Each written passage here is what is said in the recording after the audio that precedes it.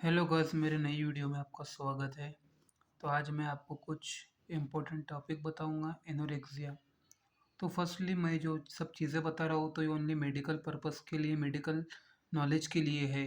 कोई भी दवा, कोई भी मेडिसिन अपने डॉक्टर के सलाह से लीजिए। बगैर डॉक्टर की सलाह से आप कोई मेडिसिन यूज़ मत कीजिए। ये ओनली मैं मेडिकल स्टूडेंट्स के लिए और जो मेडिकल में इंटरेस्ट है उनको एक जानकारी के तौर पर बना रहा हूँ। तो फर्स्टली मैं आपको एनोरेक्सिया के बारे में बताऊँगा। एनोरेक्सिया ये उस कंडीशन को कहते हैं, उस चीज़ को कहते हैं जिसमें भूख नहीं लगती। आम ज़बान में बता रहा हूँ, जिसमें भूख नहीं लगती। एनोरेक्सिया का मतलब होता है लॉस ऑफ अपेटाइट। मतलब आप देखे होंगे उस बहुत से लोग होते हैं कि कहते हैं कि हमें भूख नहीं लग रही है, खाना नहीं खाया जाता, भूख बहुत कम लगती है, तो उस कंडीशन को हम एनोरेक्सिया कहते हैं। तो एनोरेक्सिया का जो पेशेंट होता है तो सबसे पहले तो हमको ऐसे कोई पेशेंट दिखता है तो उसको रोल आउट करना चाहिए, उसका फिजिकल एग्जामिनेशन करना चाहिए कि उसे क्या प्रॉब्लम है क्या नहीं। तो बहुत चीज़ें देख सकते हैं फिजिकल एग्जामिनेशन में, हम उसके देख सकते हैं कि उसको फीवर वगैरह तो नहीं है, वायरल फीवर है या बैक्टीरियल इन्फेक्शन कुछ है जिसकी वजह से उसके प्रॉब्लम तो नहीं हो रही है, या फिर उसका खून की कमी है, एनीमिक कंडीशन है उसकी वजह से भी भूख नहीं लगती, या फिर जॉन्डिस है। जॉन्डिस से भी क्या होता है कि भूख में कमी हो जाती है, या फिर ट्यूबरकुलोसिस भी एक कंडीशन होती है, एक डिजीज़ होती है, चेस्ट एक्सरे से कंफर्मेशन होता है, टेस्ट होते हैं उसके बहुत से, उसमें भी भूख नहीं लगती है।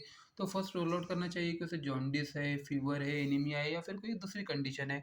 तो आप ये कैसे रोल तो आप ये कैसे रोल आउट करेंगे? फिजिकल एग्जामिनेशन के ज़रिए। तो आइए हम इसका बेसिक से एक मैनेजमेंट देखते हैं कि कोई बंदा है, अच्छा है, उसे भूख नहीं लग रही है नॉर्मली तौर पर। भूख नहीं लगेंगे तो क्या होगा कि उसे वीकनेस आ जाएंगे, जनरलाइज वीकनेस हो जाएंगे और उसको कमज़ोरी जैसा फील होगा। तो सबसे पहले हम इसमें क्या करेंगे, एक मल्टीविटामिन इंजेक्शन आते हैं, इंजेक्शन न्यूरोबियोन 2 cc IM। तो ये अल्टरनेट पर हम उसे देंगे। अल्टरनेट डेज मतलब आज 1 तारीख को दिए तो फिर एक दिन छोड़कर 3 तारीख, फिर 5 तारीख, फिर 7 तारीख। तो ऐसे अल्टरनेट डेज के तौर पर हम एक मल्टीविटामिन इंजेक्शन देंगे ताकि उसकी बॉडी में जो विटामिन की कमी है, जो वीकनेस है, वो ख़त्म हो जाए। उसके अलावा हम भूख लगने की सिरप या टैबलेट फॉर्म में इस्तेमाल करेंगे। तो इसका मेन जो कंपाउंड होता है सिप्रोहेप्टेडाइन, ये जो होता है तो ये आपको सिरप फॉर्म में भी मिलेगा, टैबलेट फॉर्म में भी मिलेगा। तो एक टैबलेट आती है सिप्लेक्टिन, उसको आप खाना खाने से आधा घंटा पहले खाइए, 2 टाइम खाइए, तो आपको अच्छी भूख लगेगी। या फिर सिरप आता है पेरेक्टिन करके, वो सिरप को आप 1 टेबल स्पून 3 टाइम्स ले सकते हो जिसकी वजह से आपको भूख लगेगी। तो जनरल चीज़ हो गई भूख लगने की दवाई। इसके अलावा अगर आपको पेट के अंदर वर्म इन्फेक्शन है तो उसकी वजह से भी आपको भूख नहीं लग सकती है, क्योंकि इन्फेक्शन रहने की वजह से आपको भूख नहीं लगेंगी। तो इसमें क्या कर सकते हैं, वर्म इन्फेक्शन में के लिए एल्बेंडाजोल 400 mg एक गोली दे दीजिए। उसकी वजह से क्या होगा कि जो वर्म वर्म इन्फेक्शन अंदर जो कीड़े हो गए वो मर जाएंगे। उसके अलावा आपको अपने जो लाइफ स्टाइल चेंजेस करना पड़ेगा। सॉल्टी फूड्स, ऑयली फूड्स और जंक फूड अवॉइड करो। उसके अलावा गुड फूड खाइए जो प्रोटीन के अंदर रिच हो, कार्बोहाइड्रेट के अंदर रिच हो, और उसके में आप वेजिटेबल्स भी यूज़ कर सकते हो, फ्रूट्स यूज़ कर सकते हो। आप रेगुलर एक्सरसाइज करिए, एक्सरसाइज जितनी करोगे उतनी आपको भूख लगेंगे। अगर आप एक जगह पर बैठे हुए रहेंगे तो जाहिर सी बात है आपको भूख नहीं लगना है। उसके अलावा सबसे इम्पोर्टेंट है कि ये तो अब मैंने आपको बेसिक बता दिया, ओके। आप रोल आउट करिए कि उसे कोई दूसरी कंडीशन तो नहीं है, फीवर वगैरह है, वायरल फीवर है, तो 3 से 5 दिन आप उसका नॉर्मल ट्रीटमेंट करिए। ट्रीटमेंट करने के बाद क्या होगा कि उसको भूख लगना स्टार्ट हो जाएंगी। हो सकता है उसे एनीमिया की कंडीशन है, एनीमिया की कंडीशन में क्या होता है कि हमारे अंदर खून की कमी हो जाती है, तो खून की कमी की वजह से भी भूख नहीं लगती है। तो एनीमिक कंडीशन पहचानने के लिए आप उसका सीबीसी कराइए। सीबीसी कराने में पता चलेगा कि उसका एचबी लेवल कितना है। अगर एचबी लेवल उसका कम है तो एक कैप्सूल आती है ऑट्रिन, उसको सुबह में एक गोली इस्तेमाल करिए 3 महीने, 3 मंथ्स के लिए।